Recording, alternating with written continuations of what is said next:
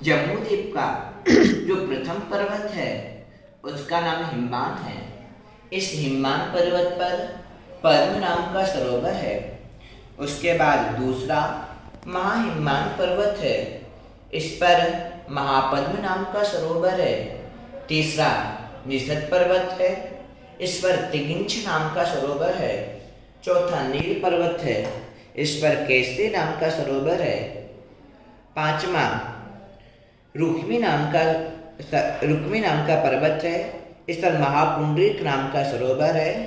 और आखिरी छठवां पर्वत सिखरी है, इस पर पुंडरीक नाम का सरोवर है।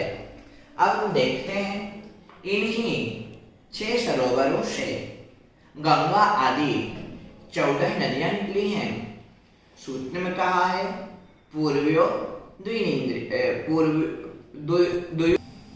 अब हम देखते हैं सूत्रकार आचार्य भगवंत और महास्वामी ने कहा है द्वयोर्द्वयो पूर्वा पूर्वगा शेषा तवर्गा।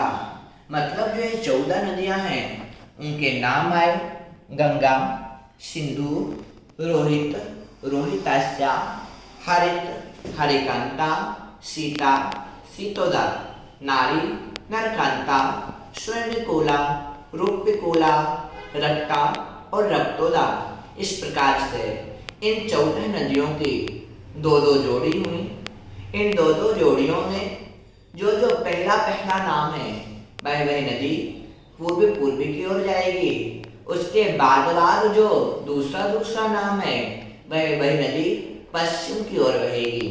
तो हम देखते हैं पहले पद्म सरोवर से पहली गंगा नदी हमारी पूर्वी द्वार से निकलती है और पर्वत पर पूर्व की ओर बहती है।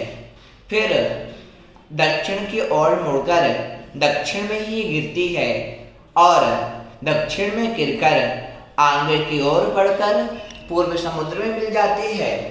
दूसरी नदी हमारी सिंधु है। यह पद्म सरोवर से निकलकर हमारी पश्चिम दिशा की ओर बहती है और पश्चिम दिशा में बहने के बाद दक्षिण की ओर मुड़कर नीचे गिर जाती है और दक्षिण समुद्र में जाकर मिल जाती है।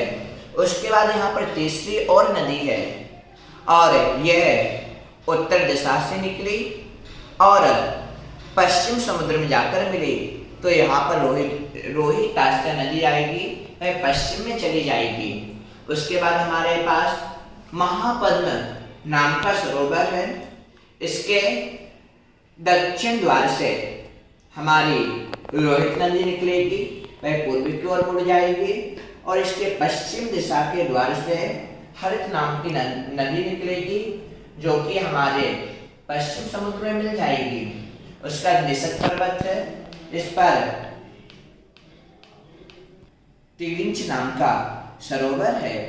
इसके दक्षिण द्वार से हमारी हरिकांता नदी निकलेगी जो कि हमारे पश्चिम समुद्र में